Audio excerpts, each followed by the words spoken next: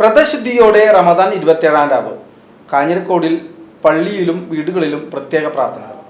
ഇസ്ലാമിക വിശ്വാസികൾ ആത്മീയാനന്ദത്തിന്റെ ആഹ്ലാദങ്ങളുമായി പുണ്യങ്ങളുടെ പൂക്കാലമായ അനുഗ്രഹീതമായ മാസം വന്നെത്തി.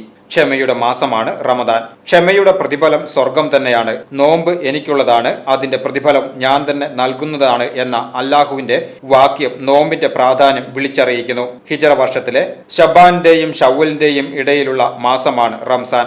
പരിശുദ്ധ ഖുർആൻ അവതരിച്ച മാസത്തിൽ എല്ലാ വിശ്വാസികൾക്കും നോമ്പ് നിർബന്ധമാണ്. വ്രതം അനുഷ്ഠിക്കുന്നതിനൊപ്പം ഖുർആൻ പാരായണത്തിനും സക്കാത്ത് നൽകുന്നതിനും ദാനധർമ്മങ്ങൾക്കും വിശ്വാസികൾ ഈ മാസത്തിൽ പ്രാധാന്യം നൽകുന്നു. 1000 മാസങ്ങളെക്കാൾ പുണ്യം നിറഞ്ഞ ലൈലത്തുൽ ഖദറും റമദാനിലാണെന്ന് ഖുർആൻ തന്നെ വ്യക്തമാക്കുന്നു.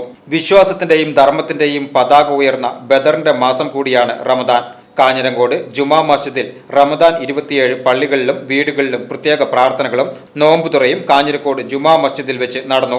മഹല്ല് ഖത്തീബ് ഹംസ അൻവരി, ഉസ്താദ് അബ്ദുൾ റഹ്മാൻ ബാഗവി, മഹല്ല് സെക്രട്ടറി കോയസൻകുട്ടി, പ്രസിഡന്റ് ജമാലുദ്ദീൻ ഹാജി എന്നിവരും കമ്മിറ്റി ഭാരവാഹികളും പങ്കെടുത്തു. രാത്രിയിലേക്ക് ഇന്നത്തെ സൂര്യാസ്തമയത്തോടുകൂടി പ്രവേശിക്കുകയാണ്. പരിശുദ്ധമായ റമദാൻ ഷരീഫിലെ ഏറ്റവും പ്രധാനപ്പെട്ട രാവ് എന്ന് വിശേഷിപ്പിക്കപ്പെടുന്നത് പരിശുദ്ധമായ ഖുർആൻ അവതരിച്ച രാത്രിയാണ്.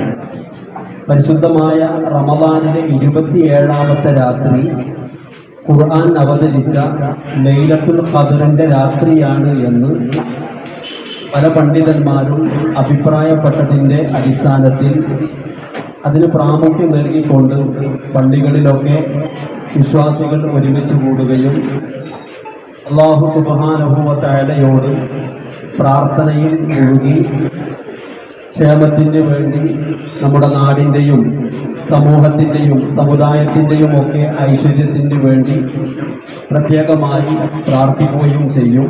VCV news Kanjirakode.